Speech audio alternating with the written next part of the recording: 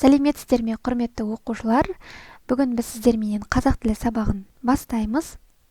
Бүгінгі біздің өтетін жаңа тақырыбымыз Қазақстан халқының ассамблеясы деп аталады.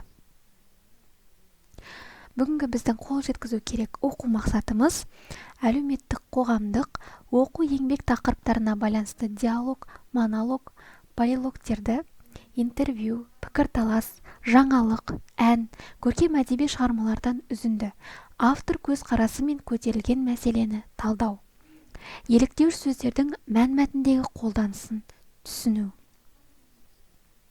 Жақсы балалар, жаңа тақырыбымызға көшпес бұрын ең алдымен өткен тақырыпқа шолу жасап өтсек.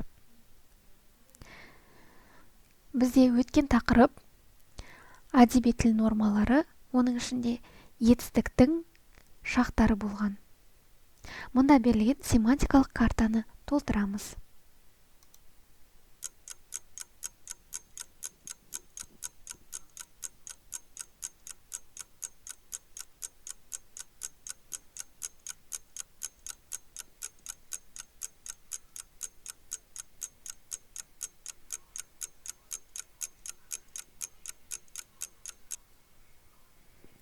Жақсы балалар, енді жаңа сабағымызға көшейік.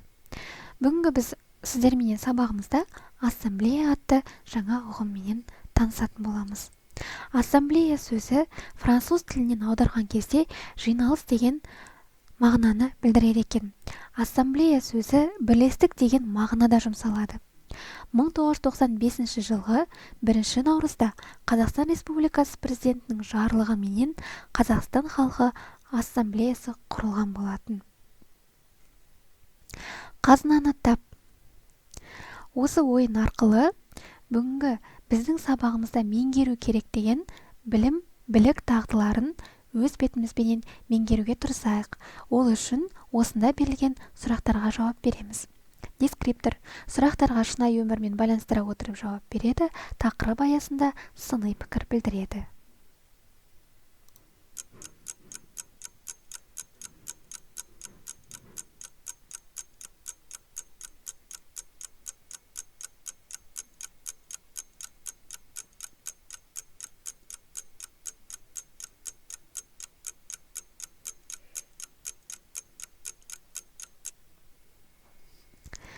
Жақсы балалар. Балалар, бізде оқулығымызда берілген ұлттық энциклопедиядан алынған ассамблея сөзіне анықтама берілген. Осы мәтінді пайдалана отырып, дәптерімізге қысқаша түрде тезис құрап жазып алуымызға болады. Әдеби тіл нормалары. Еліктеу сөздер. Еліктеу сөздерменен балалар біз сіздерменен бұрыннан таныспыз. Еліктеу сөз бұл әртүрлі дыбысқа, құбылысқа еліктеу және олардың бейнесін елестету мәніндегі сөз табы. Сөйлемде еліктеу сөздер көмекші етістікпенен тіркесіп, бейнеге не болмаса дыбысқа еліктеу мәнін білдіреді. Сондай-ақ еліктеу сөздерге жұрнақтар жалғанып, ол заттық, амалдық, қимылдық мәнді де білдіре отырып, зат есім, сын есім, етістіктің қызметін атқарады екен. Олай болса, осы әдеби тіл нормасына байланысты мынандай тапсырманы орындайық.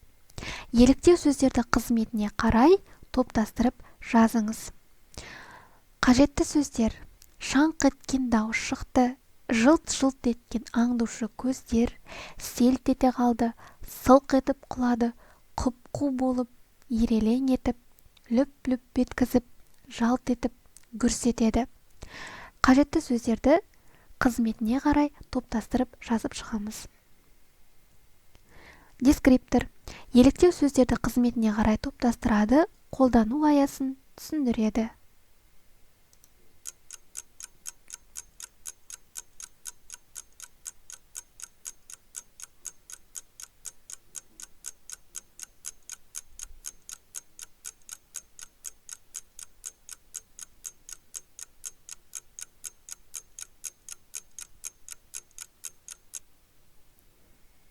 Жақсы балалар.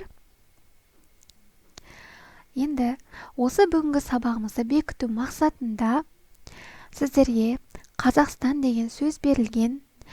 Кең байтақ қазақ жерін көзімізге елестете отырып, Қазақстан деген сөздің әрбір әрібінен басталатын патриоттық сезімге әсер ететін сөздерді жазып шығамыз.